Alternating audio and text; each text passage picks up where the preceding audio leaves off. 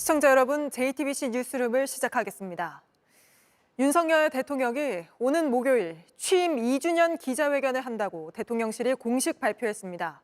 취임 100일 기자회견 이후 1년 9개월 만에 하는 두 번째 기자회견입니다. 대통령실은 대국민 메시지를 전하고 1시간 정도 질의응답 시간도 갖겠다고 밝혔습니다. 먼저 김태영 기자입니다. 윤석열 대통령은 오는 9일 오전 10시쯤 기자회견에 앞서 모두 발언 성격의 대국민 메시지를 발표합니다. 대통령은 기자회견에 앞서 먼저 집무실에서 국민 여러분께 영상을 통해 지난 2년 정부의 국정 운영 기조와 정책 추진 상황을 설명드리고 앞으로 3년의 국정 운영 계획을 말씀드릴 것입니다. 윤 대통령은 직후 1층 브리핑룸으로 자리를 옮겨 대통령실 출입 기자단과 곧바로 질의응답을 하는 기자회견을 이어갑니다. 대국민 메시지와 기자회견 모두 전국의 생중계로 진행됩니다.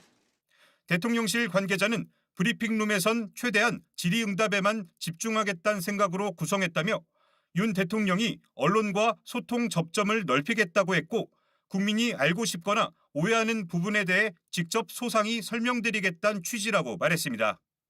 대국민 메시지를 제외한 질의응답만 1시간 남짓으로 주제를 제한하지 않고 자유롭게 질문과 답변이 오갈 것으로 예상됩니다. 윤 대통령은 참모들에게 지난 2년간 소회와 같은 뻔한 질문보단 국민이 정말로 궁금해하는 질문들 위주로 준비하자고 당부했다고 대통령실 관계자는 전했습니다. 윤 대통령은 오늘 별도로 공개 일정을 잡지 않았습니다. 대국민 메시지의 최종 원고를 다듬고 예상되는 질문과 답변을 정리하는 등 기자회견 준비에 집중한 것으로 전해졌습니다. JTBC 김태영입니다. 이번 기자회견에서 가장 뜨거운 쟁점은 최상병 특검법과 또 김건희 여사를 둘러싼 의혹들입니다.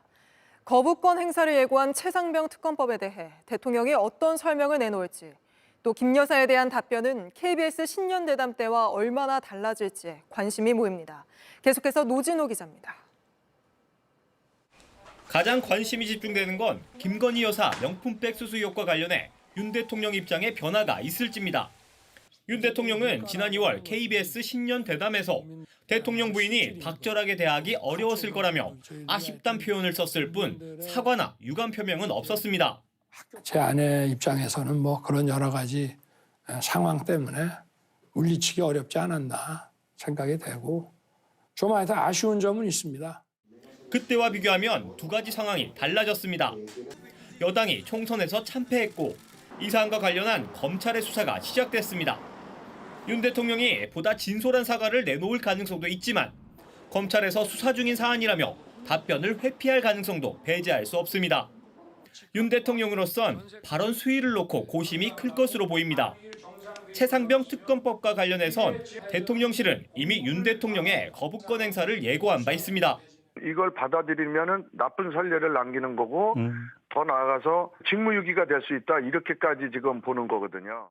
윤 대통령 역시 연장선상에서 거부권을 행사할 수밖에 없는 이유를 설명하고 직접 설득에 나설 것으로 보입니다. 공수처와 경찰 수사가 진행 중인 상황에서 특검 수사는 적절치 못하고 여야 합의가 이루어지지 않은 만큼 절차상의 문제도 있다는 점을 짚을 것으로 예상됩니다.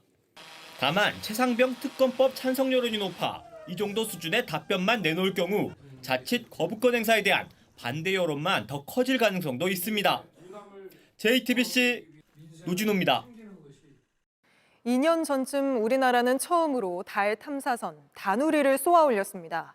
그런데 여기 탑재된 일부 장비에 문제가 생겼는데 정부가 그걸 밝히지 말라고 했다는 주장이 나왔습니다. 김민 기자가 단독 취재했습니다. 지난해 12월 미국의 한 학회에서 다누리에 탑재된 편광 카메라로 연구를 진행하던 한 교수가 문제를 제기합니다. We had a few problems. Only cam 1 is working. We don't know why cam 2 is not working. 편광 카메라 2대 중 한 대에 원인 모를 문제가 생겼단 겁니다. 하지만 당시 주무기관 천문연구원은 한 대가 고장났다는 국내외 언론 보도 자체에 대해 반박하며 정상 작동한다는 입장만 냈습니다. 그런데 JTBC 취재 결과 교수의 문제 제기는 사실이었습니다. 천문연구원의 한 관계자는 연구에 영향은 없다면서도 카메라 한 대가 작동 안 되는 건 맞다고 했습니다. 그럼 처음 문제가 불거졌을 때 부인을 했던 이유는 뭘까? 이 관계자는 정부에 이 문제를 밝히겠다고 하니 펄쩍 뛰면서 허락을 안 해줬다고 말했습니다.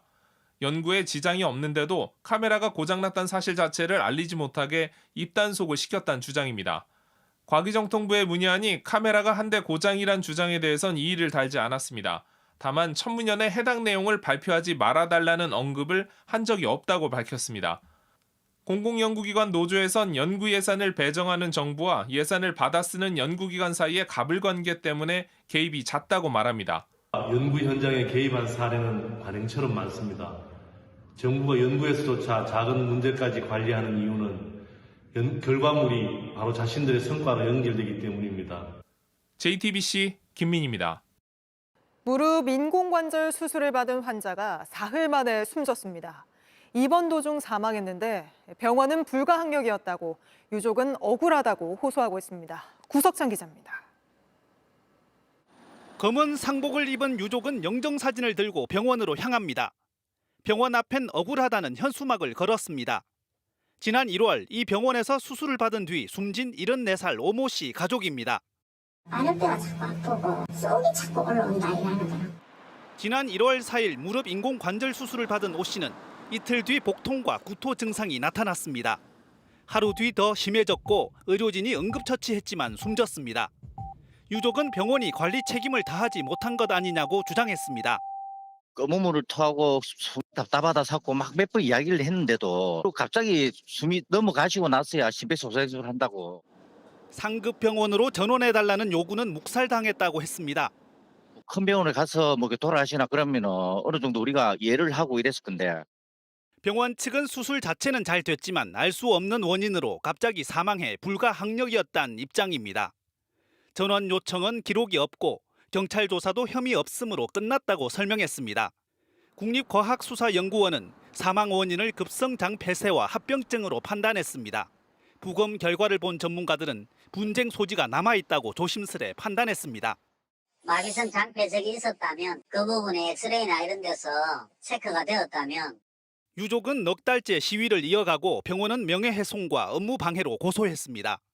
어머니가 왜 장이 폐쇄가 됐는지 우리가 누구한테 물어볼 수도 없는 거고. 어쩌면 유족은 죽음의 원인이라도 제대로 알고 싶은 마음일지도 모릅니다. JTBC 구석찬입니다. 삶을 포기하려고 한강다리에 오른 사람들을 마지막으로 붙들어주는 전화기가 있습니다. 13년 전 설치돼 무려 10,000명의 생명을 구한 생명의 전화입니다. 그런데 요즘은 어렵게 수화기를 들어 전화를 걸었는데도 없는 번호란 답이 돌아오는 일이 잇따릅니다. 무슨 일인지 김지훈 기자가 취재했습니다.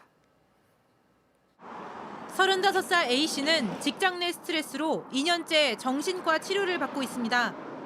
그러다 지난달 충동적으로 양화대교로 향했습니다. 거의 20-30분을 앉아서 고민을 하다가 뛰어내릴 수는 없으니까 용기는 안 나니까 순간 생명의 전화가 눈에 들어왔습니다. 수십 분 고민하다 수화기를 들었지만 없는 번호란 답이 돌아왔습니다. 그래 도움이라는 걸 한번 받아보자 해서 진짜 용기 내서 살아보고 싶어서 했는데 내가 여기서 어떻게 해야 되지? 나라에서도 버림받은 것 같고. 양화대교 중간에 있는 생명의 전화입니다. 수화기를 들고 생명의 전화 버튼을 눌러주세요라고 써 있는데 전화를 한번 걸어보겠습니다. 고객님, 지금 하신 번호는 없는 번호입니다. 번호를 확인하신 후 다시 걸어주시면 되겠습니다. 양화대교에서만 4대 중 2대가 이런 식입니다. 인근 마포대교엔 아예 전화 버튼이 눌리지 않는 전화기도 있습니다. 두 곳은 생명의 전화가 가장 많이 걸려오는 다리입니다. 운영사 측은 통신 불안정이 원인이라고만 설명합니다. 저희가 수리를 직접 하지 않아도 이게 다시 이제 어쩌다 보면 이게 다시 연결이 되면서 전화가 바로 잘 들어오기도 하고. 생명의 전화는 생명보험사들이 출연해 만든 복지재단에서 2011년 처음 도입했습니다. 지금까지 나는 세상에 계속 손을 내밀어 왔던 거예요. 근데 이 마지막까지 이게 안 된 거예요. 이거 정말 위급한 상황이거든요. 재단 측은 전화기가 다리 위에 설치돼 날씨의 영향을 많이 받는다며 전수조사를 해서 9월까지 문제가 있는 전화기를 바꾸겠다고 밝혔습니다. JTBC 김지윤입니다. JTBC 뉴스를 시청해 주셔서 고맙습니다. 저희는 저녁 6시 50분 뉴스룸에서 뵙겠습니다.